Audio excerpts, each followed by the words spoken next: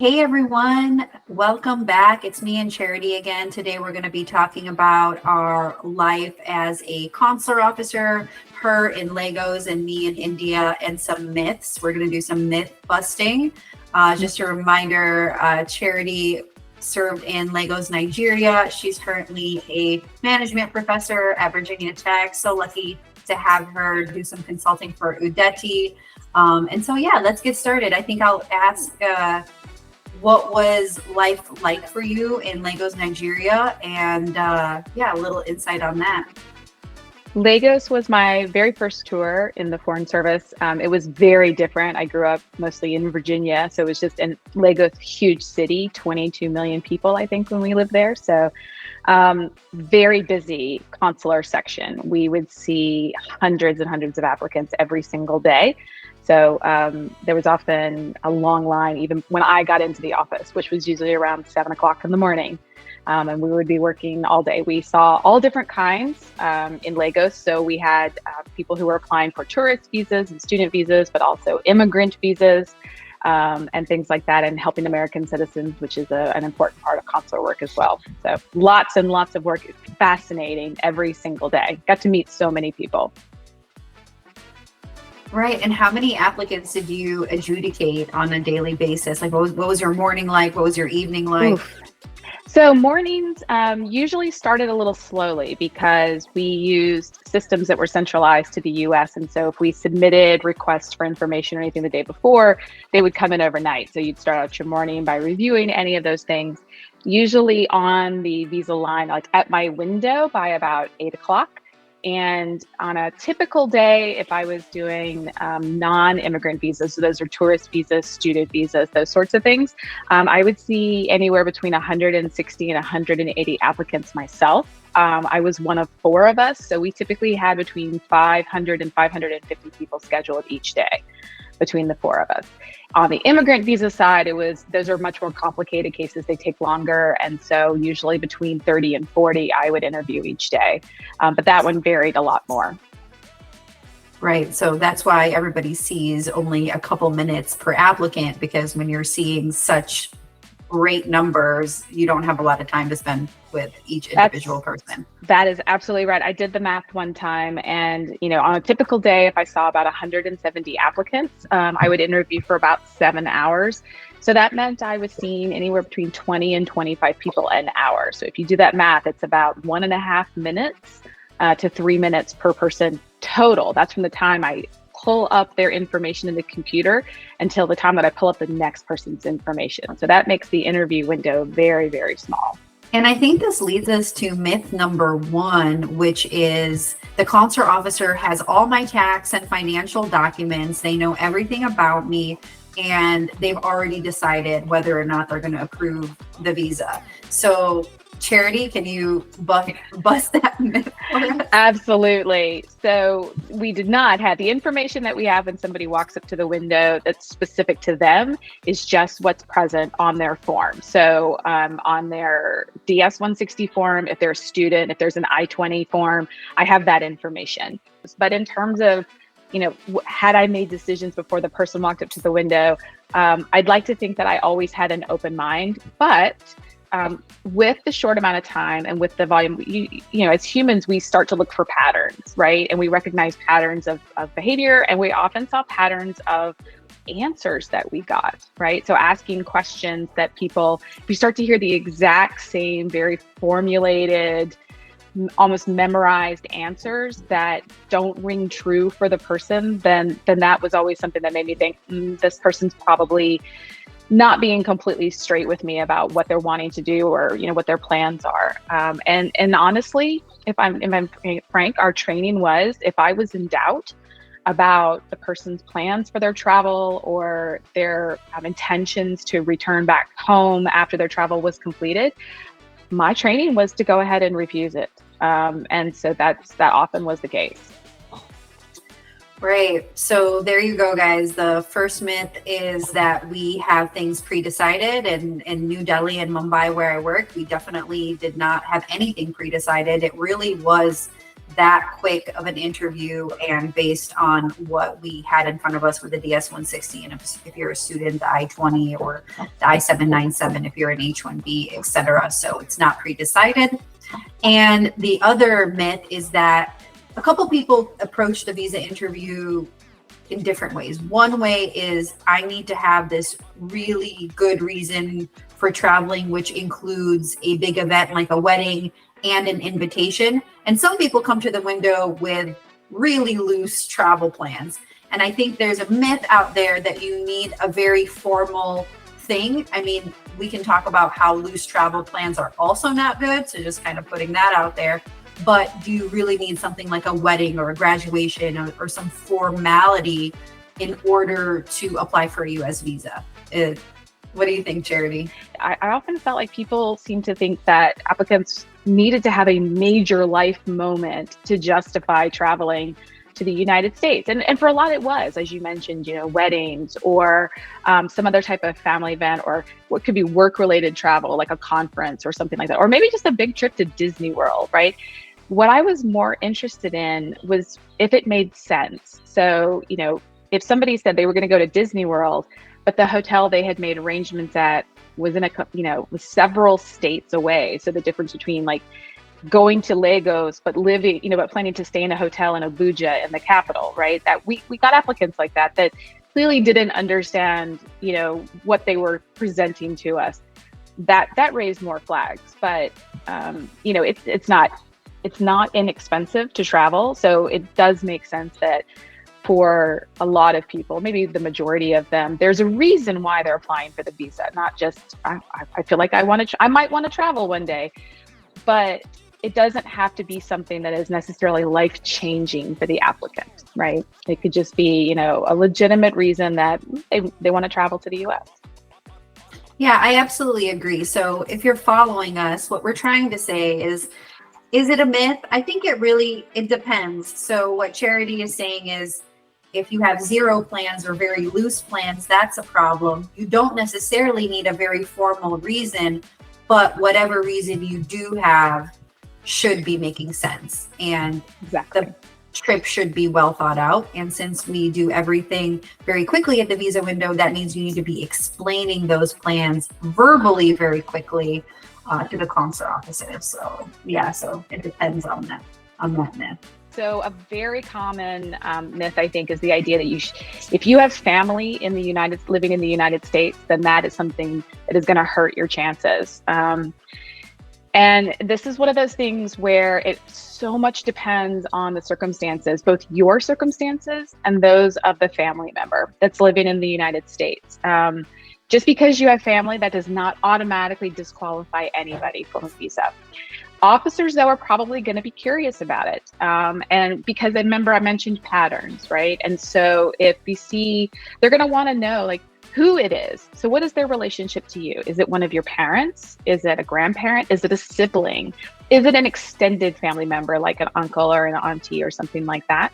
The questions, all of those things are going to inform what other things the officer is going to want to know. They're usually going to want to know, why are they in the United States? How did they get there? So, and then importantly, how did they get to stay? We all know as consular officers, we're very aware that over time, things happen in our lives. Somebody could go to the United States as a student, meet somebody and fall in love, or get a fantastic job opportunity, right? And that comes out of their OPT and stays on an H-1B. All of those things are perfectly valid, right? So but if, say an applicant has a sibling or more than one sibling who's gone to the United States to study, but never actually completed the program, is now living and working somewhere, maybe without proper authorization, that's going to raise some real red flags for a consular officer, because that looks like potentially a pattern, right? That the applicant in front of them may be trying to follow. But the most important thing about, having family in the US is to be upfront about it. There's a question about it on the DS-160. And a lot of officers will ask if it's noted on there about the circumstances. It will be quite detrimental if you're not upfront and honest about it. you can't control if a sibling of yours went to the United States or something like that, and maybe didn't follow the visa class or something. But if you try to hide that or, downplay it, that sort of thing, that's going to raise more flags for the consular officer. Charity, I'm hearing that this myth of doesn't matter who, if I know somebody in the United States, I will not be approved a visa is generally a myth. However, it also depends on the circumstances of who you know in the United States, how heavy those ties are. I would say in general, if you know people in the United States, it's perfectly fine as long as your reason for travel makes sense, as long as your profile meets the qualification of the visa class. But there are instances, like Charity mentioned, where if both your parents live in the United States and you're Polish and it's culturally appropriate for you to live with your parents, and maybe you're not qualified for the visa, maybe you don't have a lot of roots in Poland, you haven't finished your education, or you don't have a strong reason to go back to your home country, then it may matter that you have some family in the United States. But regardless, you should always be upfront and honest about those circumstances, because you won't know what the visa officer is thinking, first of all, of your specific circumstance. We cannot overgeneralize. Every single person has their own set of qualifications and profile. And we do these videos, and please take them with a grain of salt into the consular officer's mind, but each individual case and how you will be looked at by that consular officer is different. It varies. So I guess the main takeaway from this is, I know that there can be a lot of information out there that says never talk about, never admit it, don't put them on your forms, and those sorts of things. The systems don't automatically tell officers, right, that this person, has family or something like that. But being honest and answering truthfully to the questions that are asked is so critical to securing a visa. Also, when you are traveling all the way to the United States, it can make a lot of sense that you actually have a close family member that you want to visit there. So if you take away that element from the interview, your desire to go all the way to the United States, to like Oklahoma or Texas or North Dakota or your South Carolina, that doesn't make a lot of sense. You're going to tell me, I want to go to Charlotte. Out of all the places in the world, I'm from New Delhi and I want to go to Charlotte. But why not New York? Why not, Florida? So sometimes I would have those applicants that would want to go to very specific places, and I would ask them, who do you know there? And they'd be like, no one, absolutely no one. And that didn't make a lot of sense. So it really backfired. But if you were just open and honest about who you know there, and then, stressed your ties back in your home country or explained your trip, everything would be fine, Yeah, I absolutely agree with that, because it goes hand in hand with the questions about your ties. And, all of that should be part of the story of why you are planning to travel to the US, right? And why it makes sense now to do it at this time, and those sorts of things. And so just because you have family in the US does not disqualify you. Often it can boost, underpin it. I spoke with an applicant who chose a university because their sibling went to school there, but because they had gotten some advice that said, don't talk about that, they just told me that they sort of randomly picked this school, which made no sense at all. And then after, a little digging, discovered, well, their sibling went to school there. Well, as a parent of adult children, I could completely understand if I'm going to put my child on a plane thousands of miles away, and they can be there with a sibling who's at the same place and understands it and can cook the foods from home and help them when they're confused. That would make me feel, so from that perspective, it was the difference, really. It made a lot more sense why they chose this school. But it took helping that person realize that, yes, that was okay to talk about. And it really boosted the reasons for the travel and where they were traveling. And I think that's why we're doing this video. And, I know our answers are a little bit long because there could be no yes or no answers. The personal situations of each individual is unique, and you can't just go on Reddit and Quora and cherry pick something like, I can't tell them about my sibling going to that school, otherwise I'll never get my visa. When in fact, that piece of information for your specific case could be the driving factor of you getting a visa. You know, say you had Charity as your consular officer, she's a mom, she can totally see herself, you know, making that decision as a mom. So a lot of applicants out there go online when they don't realize that it's not just these random things about visa interviews. You have to also apply them to your own personal circumstances. Since you can't be in the mind of a consular officer, and if you don't want to do a consultation with Udeti, the best thing you can do is just be open and honest and have a conversation. That's the best advice that we could possibly give you at this point. Yeah. Did you care about your applicants, Charity, when you were at the visa window? I did. There were times that I really wished I could have just said, I get it. Just tell me. Just tell me, right? Like I could tell that there was good stuff in there and couldn't get past them. There were cases that honestly that were very hard for me because, you know, one thing to keep in mind with consular officers is all of these rules are written into the laws of the United States, and so is a legal responsibility. And there were times that I wanted to say yes, and because of particular circumstances with an individual applicant, I was not allowed to, and that broke my heart. You know, particularly in Nigeria, where I did the majority of my consular work. There's such warm people with such an infectious laugh spirit and such a spirit of hard work, right? That wanting to do those things and to, as we call it now, the sort of this idea of the gig economy that we talk about in the United States. I mean, that's been alive and well in Nigeria for a very long time, that sort of make it work and make it happen. And there were a lot of folks as I look back that if I'd had the benefit of more time, like that gift of, to be able to spend a lot of time with an applicant and really get beyond some of the memorized things. But I wasn't able in a lot of cases. So very much cared. And I had some particular applicants, even though I spoke to thousands and thousands of applicants over my time there. There are some who still really stick out in my brain, and I wonder where they are now. I mean, it's been many years, and a lot of them on the immigrant visa side, because you do spend more time with those cases and learn about those. But I had a woman one time who was in active labor at the window, and I was like, "Ma'am, please sit down, or let us call some medical care for you." She's like, "No, just finish my application." And so we did, and she did get the visa. I do remember that.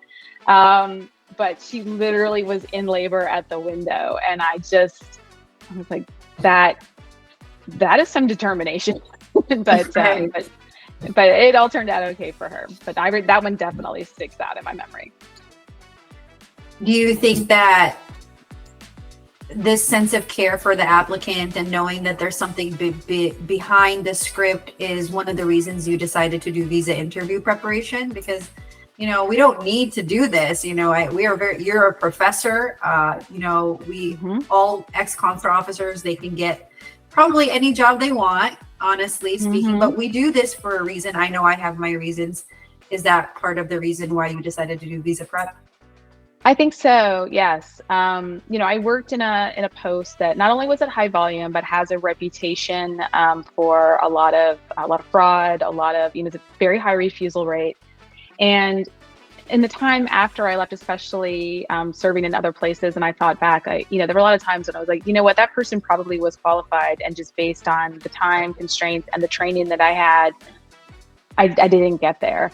And it was actually very recently had a lovely note from a Udeti client who we got beyond that, and they went and overcame a refusal and got their visa. And it was such I was so happy for them, because they truly had all of these plans. They had just, unfortunately, they'd seen some online advice that really didn't work for them, but they didn't know that. And so they used that, and that had resulted in a refusal for them. And we were able to together find a way for them to convey to the officer what they needed to in order to overcome that refusal and to get issued. And that is, as an American, and especially as a professor, I have so many students that are from other countries, and I know the tremendous things that they bring to the classroom, right? That especially for a lot of my students, you know, the university I teach at, it's very regional. Well, it's a big national university, but we pull a lot of our students from a sort of geographic area that's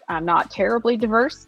And so, you know, opening windows for them by having students from other countries in their classes who they're working on projects with and living side by side in the dormitories. I mean, that is just, the diversity of thought and perspective and experience is so rich and valuable that I absolutely, if I can help contribute to qualified applicants getting their visas by helping them find a way to demonstrate their qualification, that's very personally satisfying.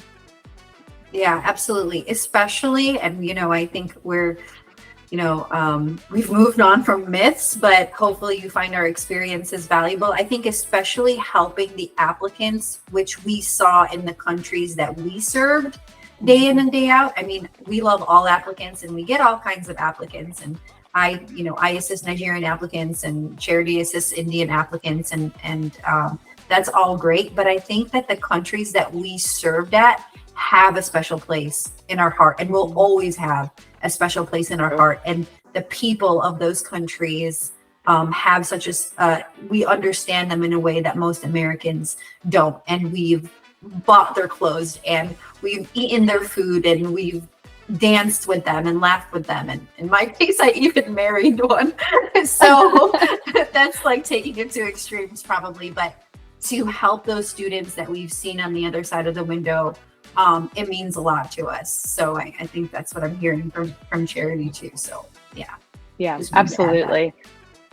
Yeah, I think that's a great point and a wonderful way to capture all of it. You know, I will say, since I've been working with you, I've been thinking a lot about the time that I spent, particularly on the visa line, particularly in non-immigrant visas, and I kind of wish in some ways I could take that recollection and share it with folks who are doing it, because there is so much good intention there, but reality can intrude. And you know, there are qualified, legitimate applicants, and then there are people who, you know, like in any system, are looking to, you know, exploit vulnerabilities or something like that for their personal gain. And so we took the responsibility very seriously.